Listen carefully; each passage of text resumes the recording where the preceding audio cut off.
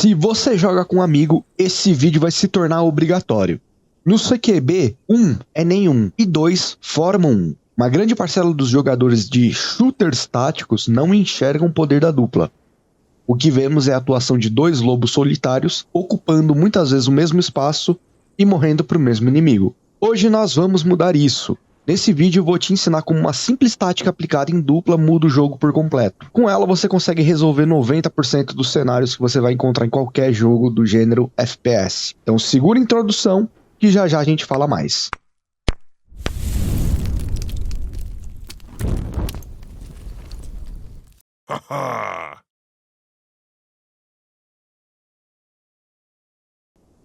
No CQB, o maior erro de uma dupla não é a falta de pontaria, mas sim a falta de confiança no colega. Quando dois operadores tentam olhar para o mesmo lugar, uma ameaça fica descoberta. Quando ambos tentam alvejar o mesmo inimigo sem a aplicação correta de técnica, um acaba ferindo o outro. Hoje nós vamos organizar essa menor fração coletiva, a dupla. E eu vou te entregar a base da coordenação para você dominar qualquer ambiente com uma simples tática. Mas antes de chegar lá, a gente precisa conhecer os atores do nosso teatro. O ponta, também chamado de pointman em inglês, e o Kanga, chamado de wingman em inglês. Kanga é um termo comumente utilizado para designar um companheiro, parceiro de curso, de treinamento ou de missão. Agora que já conhecemos as atribuições, vamos falar sobre manobras de combate, sendo a primeira delas a posição torre.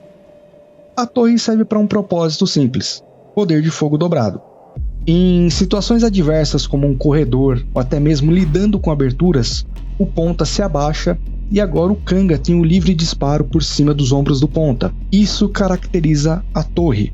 A grande regra aqui é: estamos em um jogo, não temos o aspecto sensorial e físico da coisa. Portanto, o de baixo nunca levanta sem avisar e o de cima garante que o cano do seu armamento nunca aponte para o colega. E assim ninguém leva um tapão na nuca sem aviso. Cadê o Robinho? Cadê o Robinho? Cadê o sangue pedalada? Robinho, bateu! Existe uma outra manobra de combate muito utilizada também, que é o siamês. Mas antes da gente falar do siamês, a gente precisa entender um outro conceito fundamental para falar e aplicar o siamês. Estamos falando do body banker. Ah, meu Deus do céu, começou a falar inglês e eu já não entendo nada de inglês. Calma, meu amigo, calma, vamos lá. O que é o body banker? Ele é um conceito simples. Muitas vezes você pode ouvir expressões como banca pra mim, que já funciona como, parecido com body bankering, ou até mesmo faz colete pra mim. E isso significa que, identificando uma ameaça prévia, eu vou colocar o meu colete e o meu armamento naquela ameaça prévia para permitir que o meu colega passe por essa ameaça e avance. Portanto, eu estou lidando com a ameaça mais próxima e o meu colega lidando com a próxima ameaça. Assim como falamos lá no segundo vídeo. Se você não está acompanhando a série desde o começo e não viu algum tópico, fica tranquilo que sempre que eu mencionar alguma coisa, eu vou colocar o card ali em cima para você clicar, ir lá e dar uma assistida e entender o que estamos falando. Combinado? Beleza, então vamos de volta para o vídeo. O siamês, ele vai se caracterizar pela atuação próxima desses dois operadores. Enquanto o ponta garante e assegura o que está à frente da dupla, o Kanga, ele observa o que está nos flancos imediatos do ponta, para que ele não precise lidar com essas ameaças vindas do lado. Ou seja, o wingman, ele vai olhar para onde o ponta não vai olhar.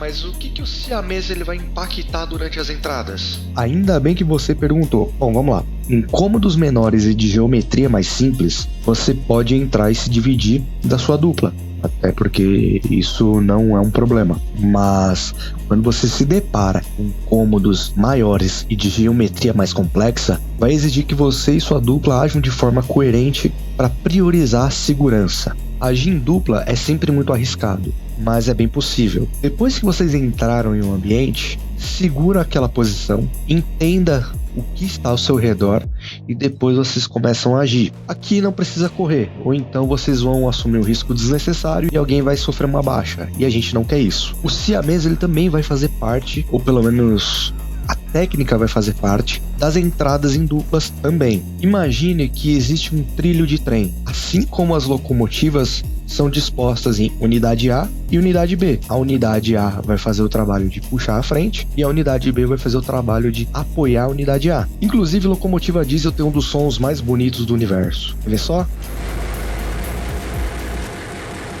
Sabe o que é bonito também? O clique do mouse quando você clica em se inscrever no canal e deixa o like no vídeo.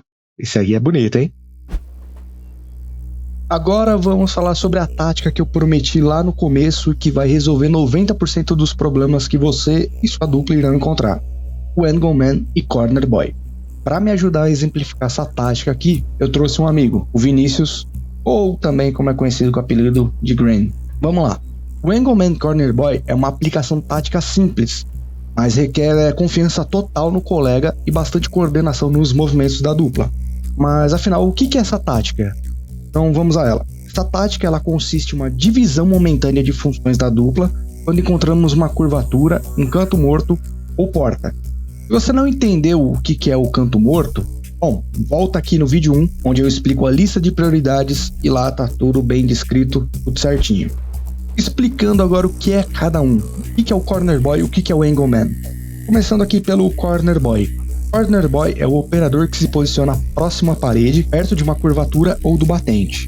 A sua função exclusiva é guardar e proteger o ângulo estreito, aquele ângulo estreito que falamos lá no vídeo de varreduras. Se uma ameaça resolver correr em direção à dupla vindo dessa curvatura ou desse ângulo estreito, a responsabilidade desse garotão aqui é lidar com ela. Já o Angle Man é o operador que se posiciona afastado dessa parede ou porta e sua responsabilidade agora é fatiar o ambiente de fora para dentro, tocando no fundo do cômodo e cobrindo, né, claro, o ângulo de ataque. O Angle Man é o operador que vai se expor por muito mais tempo, mas é muito interessante que ele faça isso porque o Angle Man é o operador que faz esse fatiamento devido a uma questão física, uma questão de ótica. Quanto mais próximo de um objeto, no caso uma parede ou batente, menos informação você tem do que está do outro lado. Quanto mais afastado eu estou desse objeto, melhor é a minha percepção sobre o que está do outro lado.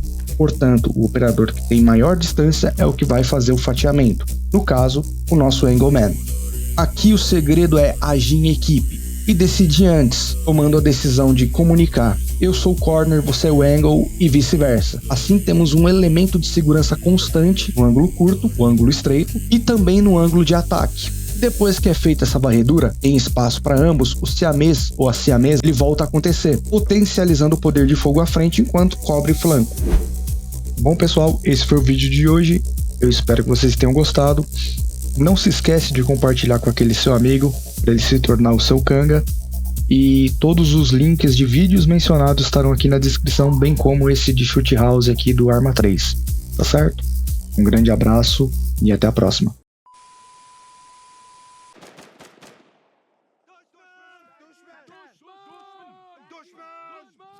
Ah, a parede caiu. Ah, para. Para lá, não.